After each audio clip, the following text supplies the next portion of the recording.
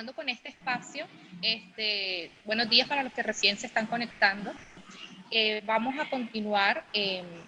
con los casos clínicos, la presentación de los casos clínicos. A continuación, cabe recalcar que después de la introducción del tratamiento antirretroviral, pues ya sabemos que hay una reducción importante en la morbimortalidad de las personas que viven con el virus del VIH. Sobre todo las personas que se encuentran en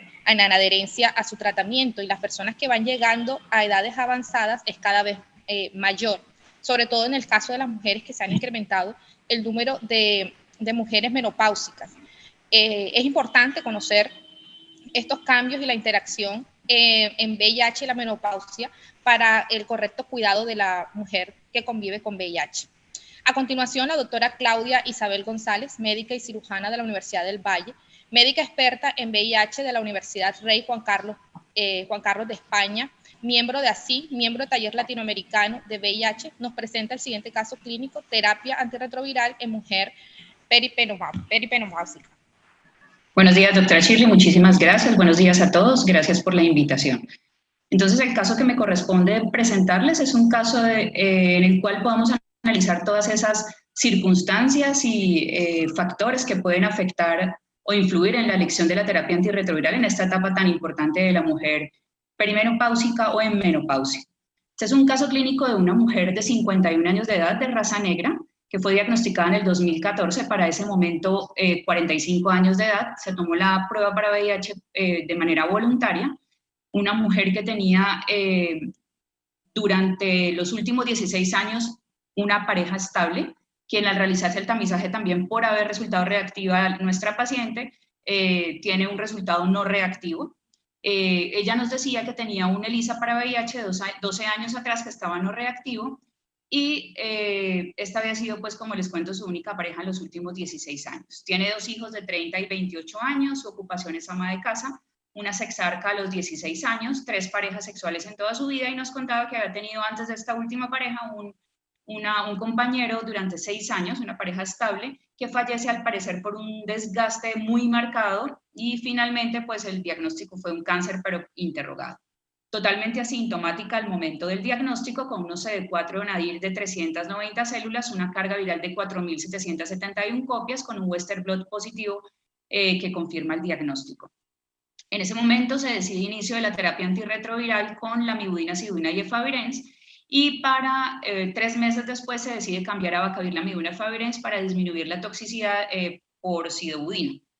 y pues ya habiendo confirmado una adecuada tolerabilidad al efavirenz. Para julio del 2014, la paciente ya tenía una carga viral indetectable y unos CD4 que han tenido una muy buena evolución en 788 células para ese momento. En una consulta, la paciente dice que se le había olvidado decirnos que tiene un diagnóstico de una hipertensión arterial desde hace un año antes del diagnóstico de VIH, y que ella había decidido no tomar medicamentos, o los tomaba de manera muy irregular, porque no le gustaba tener que tomar medicamentos y mucho menos ir a una consulta médica. Para agosto del 2014 todo iba muy bien, sin embargo en esa consulta la señora le cuenta al médico que ha estado algo depresiva, con labilidad emocional, con llanto fácil, pero ella lo asocia con que hace 3 años atrás su padre había muerto por esta fecha, y nos decía pues que siempre se ponía nostálgica y no lo asociaba con el uso del medicamento antirretroviral. Para octubre se le ofreció apoyo por el equipo multidisciplinario, que ella no aceptó. Ella dijo que estaba bien y que podía llevar esto, que era algo que le pasaba con mucha frecuencia cada año, por esta época cada año. Entonces se decidió continuar con igual tratamiento antirretroviral, haciéndole seguimiento, pero para octubre del 2014 la señora nos dice que ya no quiere tomar más medicamentos antirretrovirales, que ella no está segura de estarse enfrentando a un diagnóstico de VIH, su pareja es negativa, que ella no entiende por qué está positiva, y que además nuevamente abandonó el tratamiento antihipertensivo que ya había retomado. En diciembre del 2014, se hizo todo el trabajo de adherencia, solamente acepta la valoración del químico, el seguimiento por médico. Es una paciente que habla poco, que no le gusta interactuar con el equipo,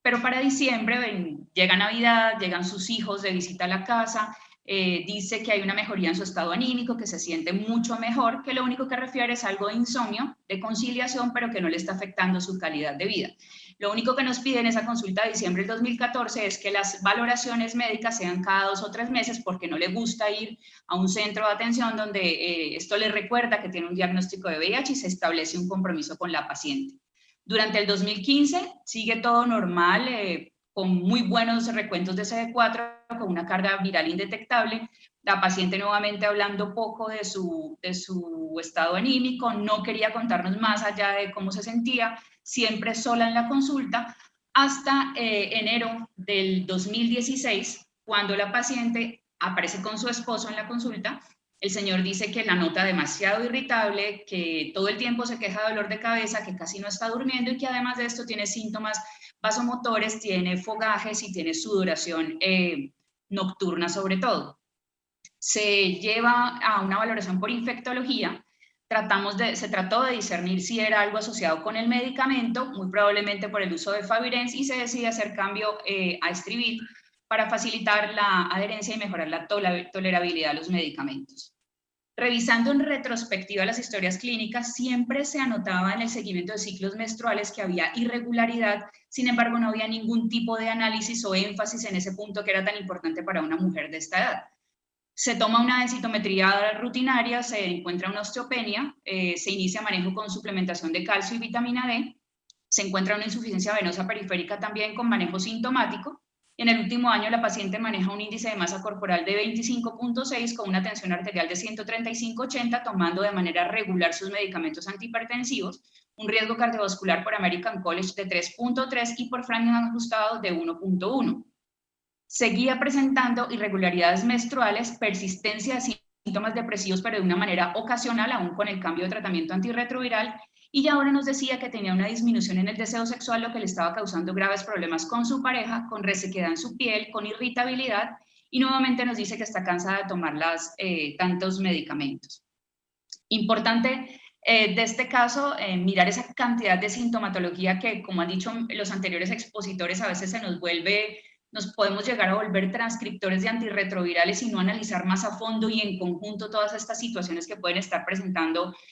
nuestras pacientes en esta edad tan determinante y de tantos cambios. Este es el resultado de la densitometría, un T-score de menos 1.2 en columna lumbar, de -7 y -9 en cadera derecha y cadera izquierda, con una disminución en la densidad mineral ósea,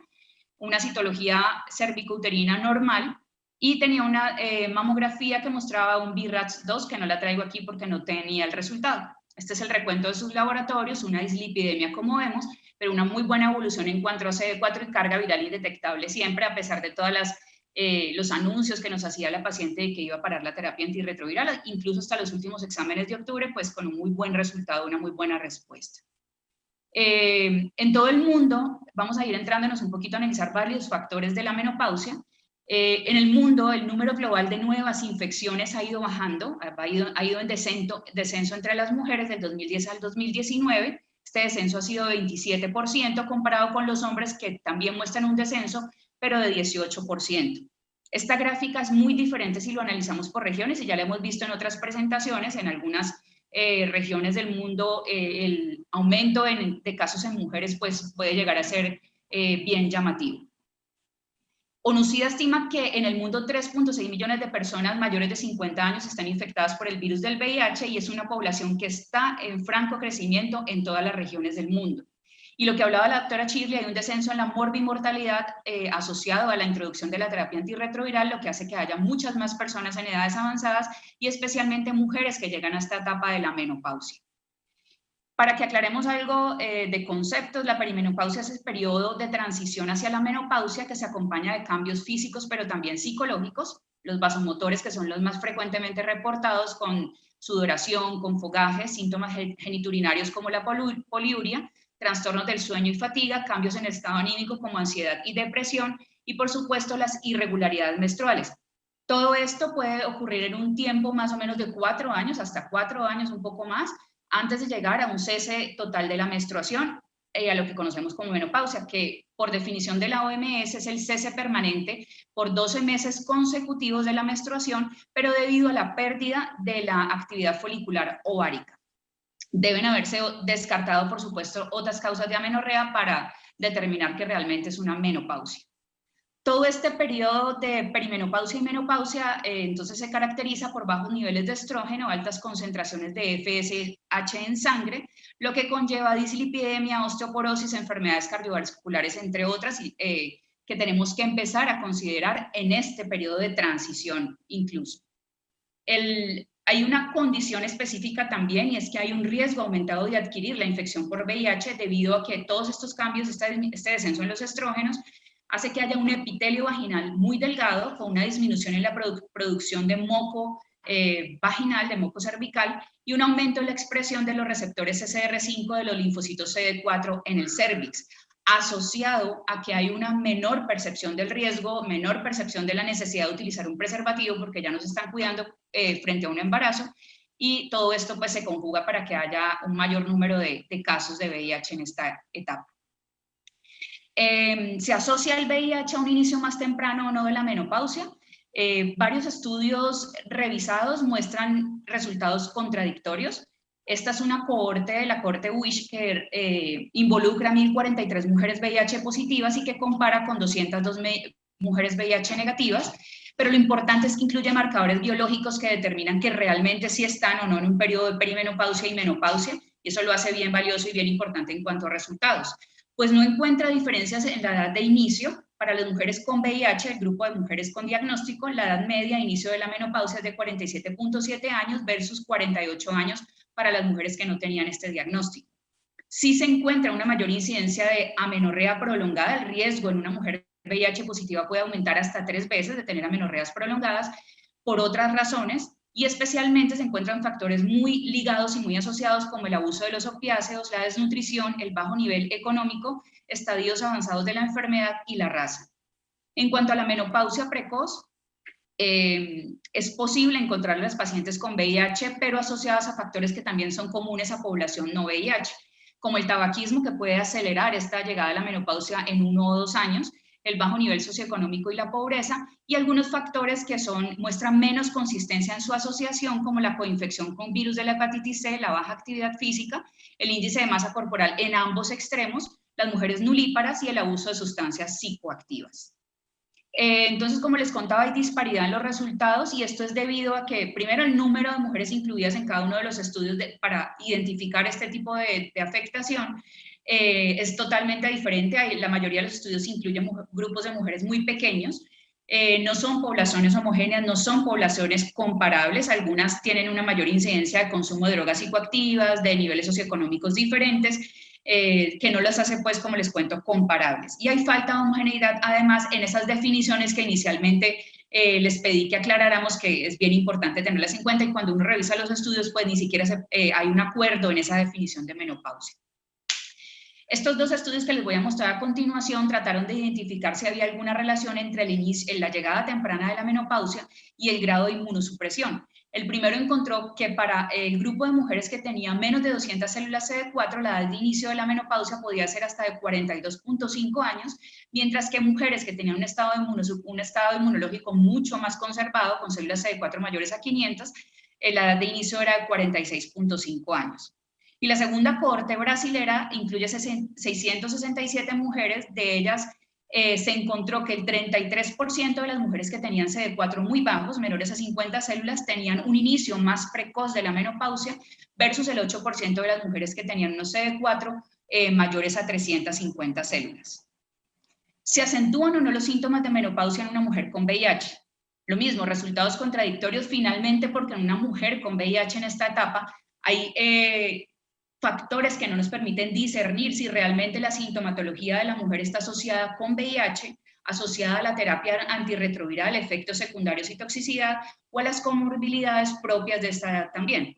El primer estudio que les voy a mostrar incluye 537 mujeres entre 40 y 60 años, 273 con diagnóstico de VIH, y definitivamente no encuentra una asociación en que haya una acentuación de estos síntomas asociados a menopausia. pero otros estudios diferentes de cohortes mucho menores sí encuentran una asociación sobre todo en la intensidad y en la frecuencia de los síntomas vasomotores asociados a menopausia.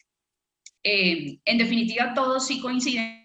en que los estadios más avanzados de la enfermedad no tienen relación con mayor aparición de síntomas o sensación de síntomas de menopausia con el estado de inmunosupresión, pero esto puede ser igualmente por lo que estamos hablando, estadios avanzados de la enfermedad en la que uno se centra más en esa inmunosupresión y en toda la sintomatología que eso representa y en infecciones oportunistas.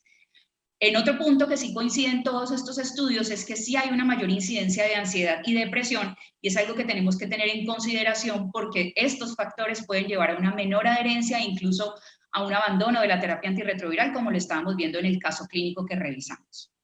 Si existe o no una mejor respuesta a la terapia antirretroviral en la etapa de menopausia, independiente de los factores de los que hemos venido hablando, pues realmente los estudios no muestran que haya cambios en la mediana de la evolución de CD4 y la indetectabilidad. Este es el estudio más representativo, que incluye 267 mujeres premenopáusicas versus 47 posmenopáusicas, y definitivamente no encontró un cambio a las 24, 48 y 96 semanas en ninguno de los dos factores. Lo que sí es importante considerar es esa cantidad de comorbilidades que se empiezan a presentar por la edad por el VIH, la enfermedad cardiovascular, la osteoporosis, la dislipidemia, la diabetes, las alteraciones cognitivas y en el estado de salud mental, y que se ven acentuadas por el periodo de menopausia. Los factores de riesgo cardiovascular que se encuentran en estas mujeres, muchas son comunes a la población general sin diagnóstico de VIH, como el déficit de estrógenos, por supuesto, y el tabaquismo. Otros son asociados al mismo periodo de perimenopausia, como el aumento en la cintura, la dislipidemia, las resistencias a la insulina, y otros propios del diagnóstico de VIH, como el efecto inflamatorio, la terapia antirretroviral, la lipodistrofia y la dislipidemia. Entonces, cuando queremos enfocarnos en cuál sería la mejor alternativa, la mejor terapia antirretroviral para una mujer en esta etapa, es cuando tenemos que empezar a considerar todas esas opciones terapéuticas que nos han venido mostrando y que conocemos ya y tienen suficiente evidencia, saber que en el riesgo cardiovascular hay estudios como la cohorte NEACOR que muestra un aumento de la incidencia de infarto agudo de miocardio en las personas que viven con VIH y en edades más avanzadas, saber que o tener en cuenta este tipo de cohortes y estudios como el DAD, que muestran un aumento de riesgo cardiovascular cuando se utiliza, y que es acumulativo, cuando se utilizan inhibidores de proteasa como el darunavir asociado a ritonavir, y son las consideraciones que tenemos que empezar a mirar para decidir cuál es la mejor opción para una mujer en esta etapa. Definitivamente se tiene que actuar y se tiene que enfocar en cambiar todos esos factores o reducir todos esos factores de riesgo cardiovascular, pero miren ustedes cómo solamente el hecho de dejar de fumar es el factor modificable que tiene más impacto en la reducción de ese riesgo cardiovascular cuando se logra detener. En cuanto a enfermedad ósea y osteopenia y osteoporosis, hay una pérdida en la densidad mineral ósea propia de esta etapa, asociado a déficit de estrógenos, a la misma edad, al tabaquismo, a la menopausia precoz, a los antecedentes familiares, al uso de medicamentos como corticoides que pueden tener las pacientes, a la desnutrición, a la terapia antirretroviral y especialmente al uso de tenofovir, al sexo femenino, a la actividad física disminuida que se ve en esta etapa en algunas mujeres, al consumo de alcohol y opiáceos, a la raza blanca, comorbilidades como hipotiroidismo, síndrome de mala absorción, déficit de vitamina D que es tan frecuente en esta población VIH positiva, a la coinfección con virus de hepatitis C y a la inflamación. Esta diapositiva reúne todas estas evidencias que tenemos acerca de la terapia switch que tenemos que considerar para disminuir ese impacto negativo que puede haber sobre la función renal y función ósea, en el que deberíamos migrar de terapias con tenofovir, emtricitabina a TAF, incluso utilizar biterapias con dolutegravir y lamivudina como lo hemos venido viendo, y otras opciones que aquí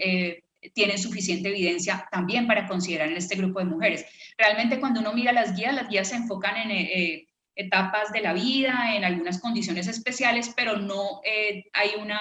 un listado, unas recomendaciones específicas para la mujer en etapa de menopausia, y por eso hay que extrapolar toda esta evidencia que tenemos. En cuanto a displasia cervical, la terapia antirretroviral ha tenido una reducción del 52% en la progresión de esas lesiones intraepiteliales escamosas comparadas entre las mujeres que reciben terapia antirretroviral y las que no reciben. Y en la etapa de la menopausia, ese descenso es mucho más acentuado, puede llegar hasta 70% menos de riesgo de progresión de las lesiones intraepiteliales escamosas que en las mujeres premenopáusicas. Definitivamente la terapia antirretroviral entonces tiene un efecto positivo en el descenso de esa progresión de la displasia cervical. Los síntomas depresivos están aumentados en la perimenopausia y lo sabemos claramente, tanto en mujeres VIH positivas como en mujeres no VIH positivas. El asunto es que el impacto en las mujeres VIH positivas puede ser muy grande y puede afectar la no adherencia a la terapia antirretroviral. Hay evidencias de mayor mortalidad en personas que tienen síntomas depresivos y VIH, y por supuesto interrupciones y abandono de la terapia antirretroviral. Aunado a todo esto, los síntomas vasomotores que predominan en esta etapa de la vida, pues pueden aumentar esos síntomas depresivos en la mujer. Los trastornos neurocognitivos, sabemos que en la etapa, que en el periodo de la etapa HART, la demencia asociada a VIH es cada vez menos prevalente. Sin embargo, no podemos olvidarnos y no podemos sobre todo evaluar en estas mujeres que estamos viendo en esta etapa la discapacidad neurocognitiva asintomática y los trastornos neurocognitivos leves que necesitamos evaluar de manera por lo menos anual y aplicar todas estas escalas, apoyarnos en el equipo para diagnosticar de manera oportuna y que se pueden ver incluso, diríamos, se pueden ocultar por los síntomas depresivos que puede presentar una mujer en esta etapa y muchas veces nosotros como médicos asociarlos más a esos cambios en el estado anímico. Entonces, ¿se debe tratar o no la menopausia en una mujer con VIH? Pues lo primero es hacer una muy buena valoración y evaluación clínica y general. Por supuesto, tener citologías, como lo vimos en el caso clínico, una exploración mamaria y la mamografía cuando corresponda, la evaluación exacta del riesgo cardiovascular, la evaluación de los hábitos y estilo de vida e impactar sobre ellos cuando sea posible, la evaluación de síntomas menopáusicos, todo lo que sean vasomotores, sequedad vaginal, alteraciones del sueño, alteraciones del deseo sexual, etcétera. Tener la densitometría y el cálculo de FRAX para determinar riesgo de fractura y entrar a evaluar si estos síntomas que presenta la mujer realmente afectan o no su calidad de vida. Y en mujeres asintomáticas enfocarnos más hacia los cambios en el estilo de vida y hacer todas las correcciones en terapia antirretroviral que disminuyan riesgo, y en mujeres sintomáticas, y solamente si esos síntomas tienen una afectación en la calidad de vida de la mujer, luego de descartar cualquier otra causa de esta sintomatología, como enfermedad tiroidea, depresión, el uso de otros medicamentos y de la terapia antirretroviral, también enfatizar en estilo de vida, pero buscar el apoyo en especialistas para que nos ayuden a definir si es necesario hacer una terapia de reemplazo hormonal. La terapia de reemplazo hormonal debe ir enfocada hacia impactar los síntomas, disminuir los síntomas para mejorar calidad de vida, pero debe darse a las menores dosis posibles y el menor tiempo posible. Por supuesto, evaluar todas esas potenciales contraindicaciones que pueden tener las mujeres, el riesgo cardiovascular elevado, el cáncer de mama, la enfermedad tromboembólica, las interacciones medicamentosas. No olvidar que los inhibidores de proteasa reforzados tienen interacciones con esta suplencia de terapia hormonal y los no nucleócidos también. Y enfatizar en el manejo de la osteoporosis, osteopenia y ajustar la terapia antirretroviral de una manera individualizada. No podemos pensar como en esta señora que duró casi 6 años diciéndonos y hablándonos de síntomas de manera muy inespecífica, pero que finalmente si hubiéramos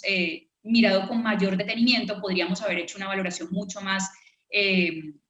más completa y haber hecho un mejor enfoque de todo lo que le pudiera estar pasando a la mujer, a la señora, y no solamente pensar que era la efavirenza el culpable de todas estos cambios y situaciones que está viviendo la paciente. El cambio y el ajuste de TAR tiene que ser individualizado. La mujer merece una mirada especial, merece un enfoque en cada una de las etapas de la vida de la mujer para que podamos hacer un mejor acercamiento y tener mujeres adheridas y mujeres con excelente calidad de vida, que es lo que buscamos en nuestras pacientes. Eso es lo que tenía para compartirles. Muchísimas gracias y atenta a lo que necesiten.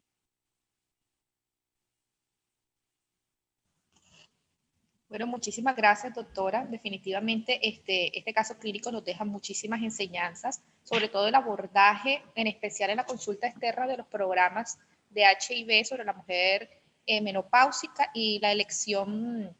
definitiva de su tratamiento lo más adecuado, no siempre, como dice, culpar al tratamiento antirretroviral de ciertas manifestaciones clínicas, sino llegar a fondo en el contexto de lo que es la paciente en conjunto y del equipo multidisciplinario que maneja a este grupo de pacientes. Muchísimas gracias, doctora, por su intervención. Le deseo un feliz resto de día. Con todo gusto. Feliz día, doctora.